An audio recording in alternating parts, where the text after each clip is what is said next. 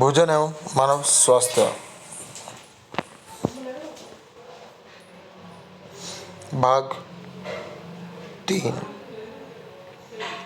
पहला टॉपिक मोटापा एवं उससे संबंधित रोग, रक्तचाप एवं उससे संबंधित रोग, उच्च रक्तचाप एवं निम्न रक्तचाप।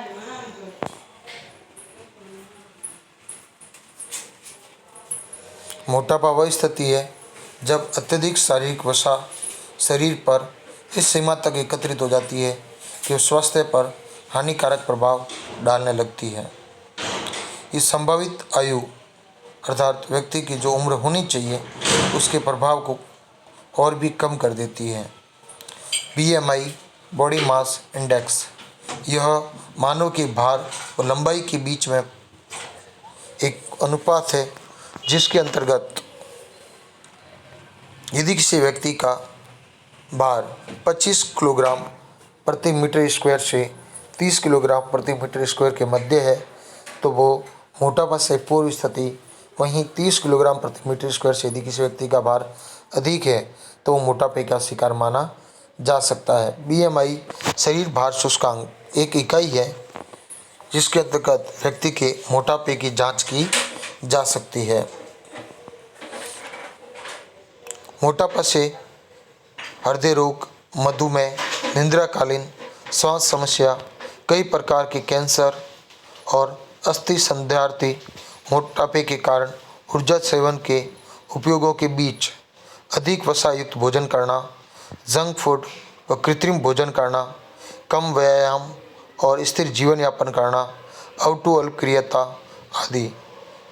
अर्थात जैसे कि एक व्यक्ति का भोजन उसकी कार्य क्षमता से अत्यधिक है, अर्थात उस अवस्था में उसकी जो अत्यधिक ऊर्जा है वो उसके शरीर में एकत्रित हो जाती है, तो ऊर्जा के सेवन और उपयोग के बीच में एक असंतुलन पैदा होता है और इस कारण जो अत्यधिक ऊर्जा उसके शरीर में वो एकत्रित होना शुरू हो जाती है। वहीं दूसरा, अधिक वसा युक्त भोजन करना, जैसे आज के समय में लोगों को त्वरित भोजन अर्थात जल्दी भोजन चाहिए और उसके लिए वे आज मार्केट में बनी हुई तली हुई वस्तुओं का अत्यधिक सेवन करते हैं जिसमें तेल तथा घी जैसी अत्यधिक वसायुक्त पदार्थ उपस्थित होते हैं जिनसे शरीर के अंतर्गत कम मात्रा से भी अधिक ऊर्जा प्राप्त हो जाती है और वह अधिक ऊर्जा उसके शरीर में एकत्रित हो जाती है।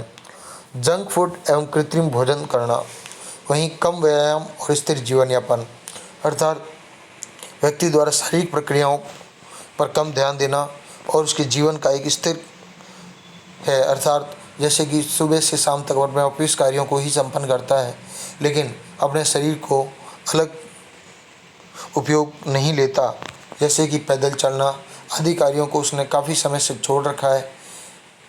अपने शारीरिक प्रक्रियाओं में जैसे एक व्यक्ति बाइक का उपयोग करता है और पूरे दिन एक स्थान से दूसरे स्थान पर जाने के लिए वो बाइक का ही प्रतिदिन उपयोग करता है तो उसकी शारीरिक प्रक्रियाएं अपने आप ही बाधित हो जाती है। इस प्रकार जब स्थिर जीवन यापन चलता है तो उसके शरीर की प्रक्रियाएं धीमे पड़ जाती है।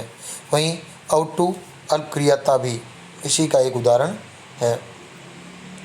मानव रक्तचाप, एक रुधिर वाहिकाओं की दीवारों के मध्य जो दाब लगता है उसे रक्त दाब कहा जा सकता है। हमारे मानव शरीर में हृदय एक ऐसी मशीन है जो 24 घंटे और सातों दिन एक लगातार कार्य करती है तथा उसके द्वारा हमारे शरीर पर में पाए जाने वाले रक्त पर एक प्रकार का दाब लगाया जाता है।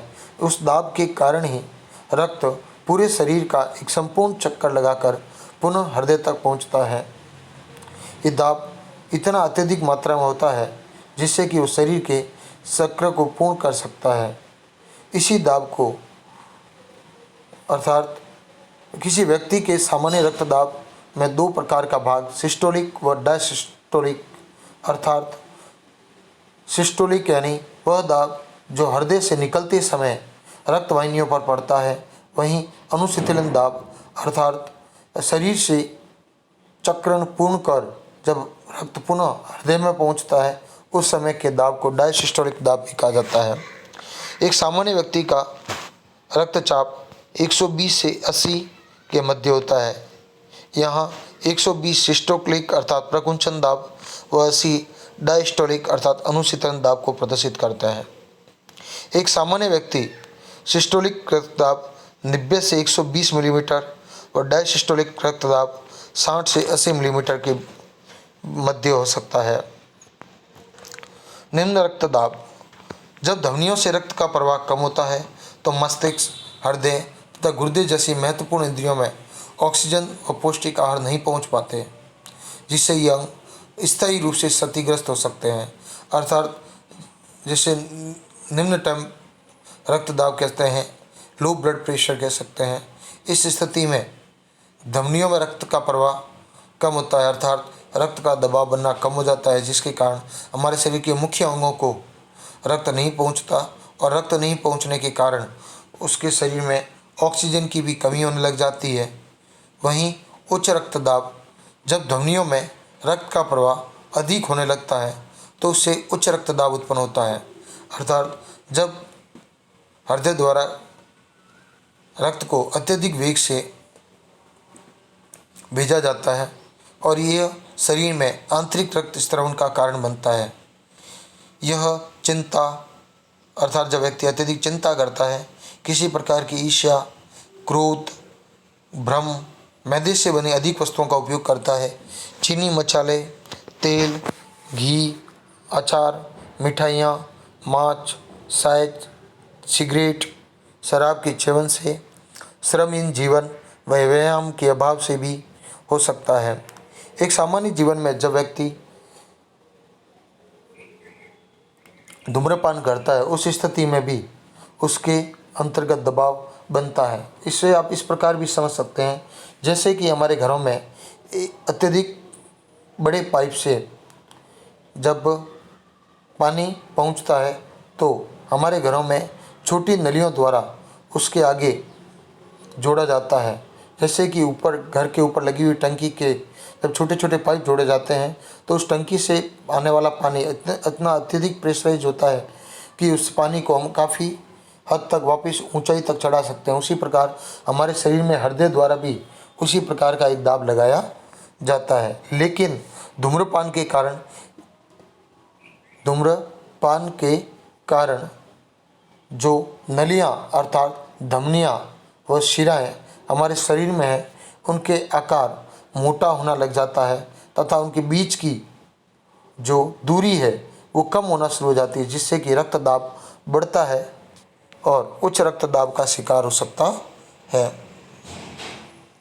उच्च रक्तदाब के व्यक्ति के मरीजों को पोटेशियम, कैल्शियम, मैग्नीशियम आदि पदार्थों की संतुलित मात्रा लेने की आवश्यकता होती है तथा इन्हें रेशे युक्त पदार्थ खूब खाने चाहिए, जिससे कि इनके साथ ही नियमित व्यायाम करें अर्थात अपनी शारीरिक प्रक्रियाओं को योग, प्राणायाम आदि पर ध्यान रखें, जिससे कि उनकी प्रक्रिया आसानी से चल सकती है। संतृप्त वसा जैसे कि मांस, वनस्पति घी आदि की मात्रा कम कर देनी चाहिए। इनका उपयोग कम करने के कारण उनके शरीर की धमनियाँ की साइज अर्थात उनका आकार पुनः संतुलित हो सकता है। वहीं धूम्रपान व मदिरापान आदि करने से बचना चाहिए। एक सामान्य व्यक्ति के रक्तचाप मापी यंत्र स्पाइग्नोमीटर द्वारा मापा जा सकता है। सर्वप्रथम रक्तचाप एक घोड़े के अंतर्गत मापा गया था।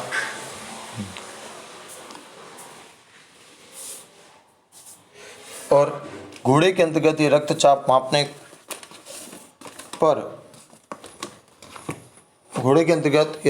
मापने पर फिर उसका उपयोग मनुष्यों के लिए किया जाने लगा।